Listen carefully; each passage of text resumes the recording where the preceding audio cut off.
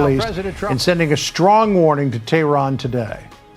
President, how confident are you that our negotiations with Iran will be successful? I think they'll be successful, and if they're not, it's going to be a bad day for Iran. Very bad. Bringing in Hugh Hewitt, Fox News contributor and host of the Hugh Hewitt Show. He writes in his latest piece on FoxNews.com that President Trump's next move in Iran could be, quote, the most important decision of his presidency. Hugh, thanks for being with us. Thank you for hanging with us through the president's speech as well. You'd originally been scheduled in our last hour.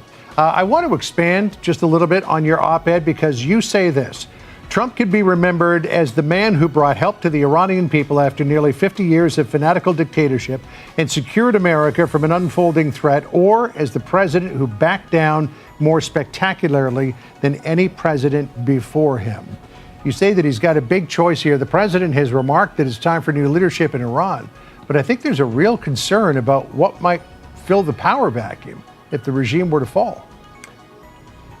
Well, there is, John. Good afternoon. I don't think it can get worse than a regime that murders 35 to 40,000 of its people in the streets last month. President Trump's laid down a lot of red lines around Iran. Yesterday, he said extreme trauma if they don't strike a deal. Now it's possible even for tyrants to capitulate. Gaddafi did that to George W. Bush in late 2003, 2004. You'll remember after we successfully invaded Iraq, got up to Baghdad, Gaddafi called up and said, come get my Scuds, come get my nukes, come get my chemical weapons of mass destruction. And we did. He totally disarmed. He stayed in power for a few more years, but he totally disarmed. So it's possible that the Iranians would capitulate.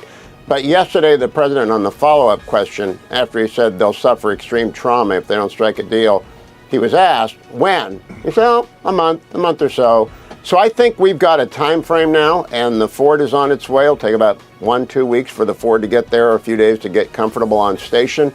And that's more firepower than I've seen assembled since 2003 for the invasion of Iraq.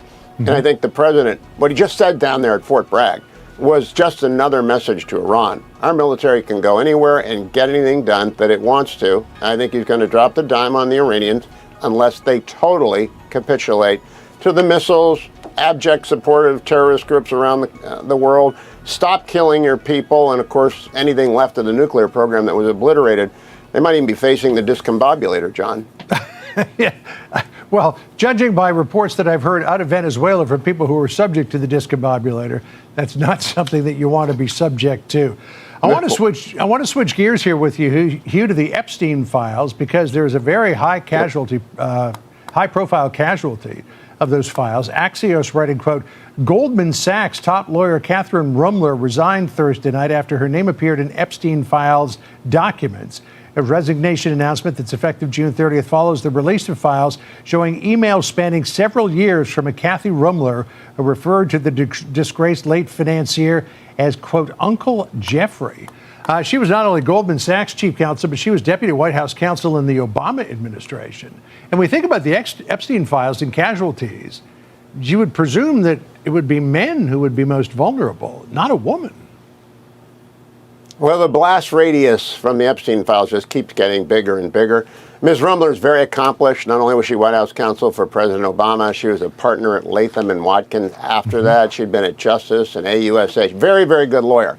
After she left the White House, though, she set up a white-collar criminal defense practice with Latham and Watkins, and Jeffrey Epstein sent her clients, and they developed a working relationship. It was professional, and she got gifts and clients from Epstein. She gave Epstein good spin advice, but it went all very bad when she got too chummy in these emails, when the emails were released. And I thought it was a bad idea at the time. Democrats pushed for it. I don't know who's going to end up with the most casualties because the emails are taking down people left, right, and center. You don't get close to a convicted sex felon. You don't help him with his spin, even if he sends you good clients.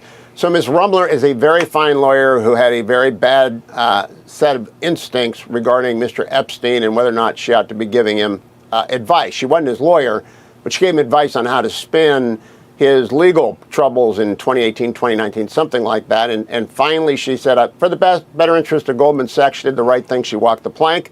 Always put your client in front of yourself. If you practice law, you know that. But I don't think she's going to be the last to go overboard because those emails are horrible. Right. You know, Michael LaRosa, who's familiar to many people in this program, put out on X that another Democrat bites the dust. How many more D's will be embarrassed, dragged through the mud, or declared guilty by association?